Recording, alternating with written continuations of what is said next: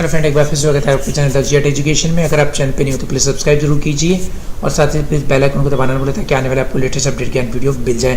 और please share और like और कमेंट करना बिल्कुल ना भूलें। देखिए, आज की वीडियो जो बेस करती है हमारी करती है डाटा स्ट्रक्चर पर। डीएस एक बहुत ही महत्वपूर्ण सब्जेक्ट माना जाता है कंप्यूटर के अंदर और आईटी के अंदर। इसके बिना बहुत सारी चीज़ें हमारी अधूरी होती है। तो डेटा स्ट्रक्चर सबसे इम्पॉर्टेंट क्यों है, हम उसके बारे में समझेंगे और है क्या है इसके बारे में थोड़ा आप जानना चाहते हैं तो प्लीज़ वीडियो को अंत तक जरूर देखिएगा और प्लीज़ शेयर और लाइक और कमेंट करना ना भूलें। और प्लीज़ चैनल को सब्सक्राइब जरूर कर लीजिए ताकि आने वाले आपको लेटेस्ट वीडियो मिले। आइए वीडियो स्टार्ट करते हैं और समझते हैं कि डेटा स्ट्रक्चर किसी भी कंप्यूटर सिस्टम में डेटा को स्टोर और व्यवस्थित को करने की एक तरीका है जिससे कि आप हम डेटा को आसानी से इस्तेमाल कर सकते हैं। डेटा को इस प्रकार स्टोर तथा ऑर्गेनाइज किया जाता है जिसके बाद में किसी भी समय आसानी से एक्सेस किया जा सके। तो डेटा की स्ट्रक्चर के अंदर लीनियर डाटा स्ट्रक्चर और नॉन लीनियर डाटा स्ट्रक्चर होता है। लीनियर डाटा स्ट्रक्चर में एरे, स्टैक, क्यू और लिंक लिस्ट आते हैं, जबकि लीनियर डाटा स्ट्रक्चर में आपके ग्राफ और ट्रीज आते हैं। डेटा स्ट्रक्चर जो है सी या सी प्लस जावा की तरह ही कोई प्रोग्रामिंग भाषा नहीं है, बल्कि ये एक एल्गोरिथम्स है, एक सेट है जिसका प्रयोग प्रोग्रामिंग लैंग्वेज में डेटा को स्ट्रक्चर करने के लिए करते हैं। अगर हम बात करें डेटा स्ट्रक्चर दोबारा तो देखिए, डाटा स्ट्रक्चर बहुत सारे कंप्यूटर साइंस एल्गोरिथम का एक मुख्य भाग है जिसके द्वारा प्रोग्रामर्स डेटा को अच्छे ढंग से हैंडल कर सकते हैं और प्रोग्राम या सॉफ्टवेयर की परफॉर्मेंस को बेहतर तरीके से बहुत अहम भूमिका निभाते हैं। अब बात करते हैं डेटा स्ट्रक्चर दो प्रकार होते हैं, एक है प्रिमिटिव डेटा स्ट्रक्चर और एक होता है नॉन प्रिमिटिव। तो देखिए, नॉन प्रिमिटिव डेटा स्ट्रक्चर अगर बात करते हैं पहले प्रिमिटिव डेटा स्ट्रक्चर की। प्रिमिटिव डेटा स्ट्रक्चर वह डेटा स्ट्रक्चर होता है जिसे डायरेक्ट ही मशीन इंस्ट्रक्शन से ऑपरेट किया जा सकता है, अर्थात सिस्टम तथा कंपाइलर के द्वारा डिफाइन होता है। जबकि नॉन प्रिमिटिव डेटा स्ट्रक्चर वे डेटा स्ट्रक्चर होता है जिसे डायरेक्ट मशीन इंस्ट्रक्शन से ऑपरेट नहीं किया जा सकता और ये data structure primitive data structure से डेरिव्ड होता है। और नॉन प्रिमिटिव डेटा स्ट्रक्चर दो प्रकार के होते हैं, लीनियर डेटा स्ट्रक्चर और नॉन लीनियर डेटा स्ट्रक्चर। अब लीनियर डेटा स्ट्रक्चर की अगर हम बात करें तो लीनियर एक ऐसे डेटा स्ट्रक्चर जिसमें आइटम्स को लीनियर यानी रेखा की तरह एक रेखीय में संग्रहित यानी स्टोर किया जाता है और व्यवस्थित किया जा सकता है। एक डेटा आइटम दूसरे डेटा आइटम से एक रेखा के रूप में जुड़े होते हैं, जैसे एग्जांपल एरे, लिंक लिस्ट और क्यू और स्टैक।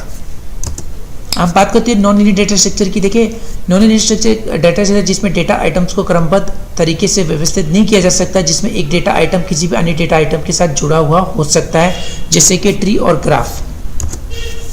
डेटा स्ट्रक्चर के फायदे अगर हम बात करें, देखिए इसके द्वारा हम इन्फॉर्मेशन को हार्ड डिस्क में स्टोर कर सकते हैं और इसमें इन्फॉर्मेशन का प्रयोग बाद में हम कर सकते हैं। बहुत से बड़े डेटाबेस को हम आसानी से मैनेज कर सकते हैं। ये एल्गोरिथम को डिज़ाइन करने के लिए भी बहुत जरूरी माना जाता है और समझा जाता है। इसके द्वारा हम सॉफ्टवेयर सिस्टम पर डेटा को उपयोग कर सकते हैं और उसे प्रोसेस भी कर सकते हैं। डेटा की प्रोसेसिंग को बहुत ही आसान बना सकते हैं। हम इंटरनेट का प्रयोग करके अपने लैपटॉप या मोबाइल से डेटा को किसी भी समय एक्सेस कर सकते हैं। अगर प्रोग्रामर सही डेटा स्ट्रक्चर का उपयोग करे तो अपनी बहुत सारी समय बचा लेता है और इसके साथ स्टोरेज और प्रोसेसिंग टाइम को भी सेव कर लेता है। डेटा स्ट्रक्चर जो है रीयूजेबिलिटी को प्रदान करता है, जिसके वजह से जो है डेटा स्ट्रक्चर को बहुत सारे क्लाइंट्स प्रयोग कर सकते हैं।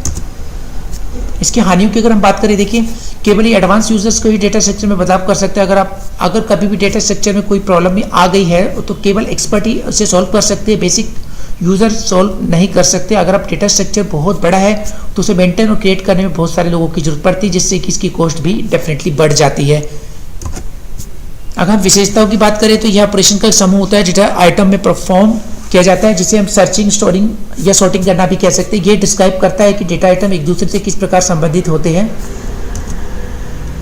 डेटा स्ट्रक्चर के ऑपरेशन और एग्जीक्यूशन टाइम जितना संभव हो उतना ही कम होना चाहिए। इसको ऑपरेशंस का मेमोरी यूजेस जितना संभव होता है उतना ही कम होना चाहिए। इसे इंटरफेस का सही ढंग से इंप्लीमेंट करना जरूरी होता है। आई होप ये वीडियो आपको अच्छी लगी होगी। हमने डेटा स्ट्रक्चर को पढ़ा। डेटा स्ट्रक्चर बहुत इंपॉर्टेंट है, आपने पता लगे कि हम डेटा स्ट्रक्चर क्यों यूज़ करते हैं, उसकी कुछ विशेषता और उसकी कुछ हानियों के भी हमने यहाँ पे स्टडी करा। अगर आप चैनल पर न्यू हो तो प्लीज़ सब्सक्राइब जरूर कीजिए और बेल आइकन को दबाना बिल्कुल ना भूलें, क्योंकि आपको इससे लेटेस्ट ज्ञान अपडेट वीडियो मिलते रहेंगे। और साथ ही साथ प्लीज़ लाइक, शेयर और कमेंट करना बिल्कुल ना भूलें। तो नए ज्ञान और नॉलेज और एजुकेशन का फिर मिलेंगे हम। Thank you very much.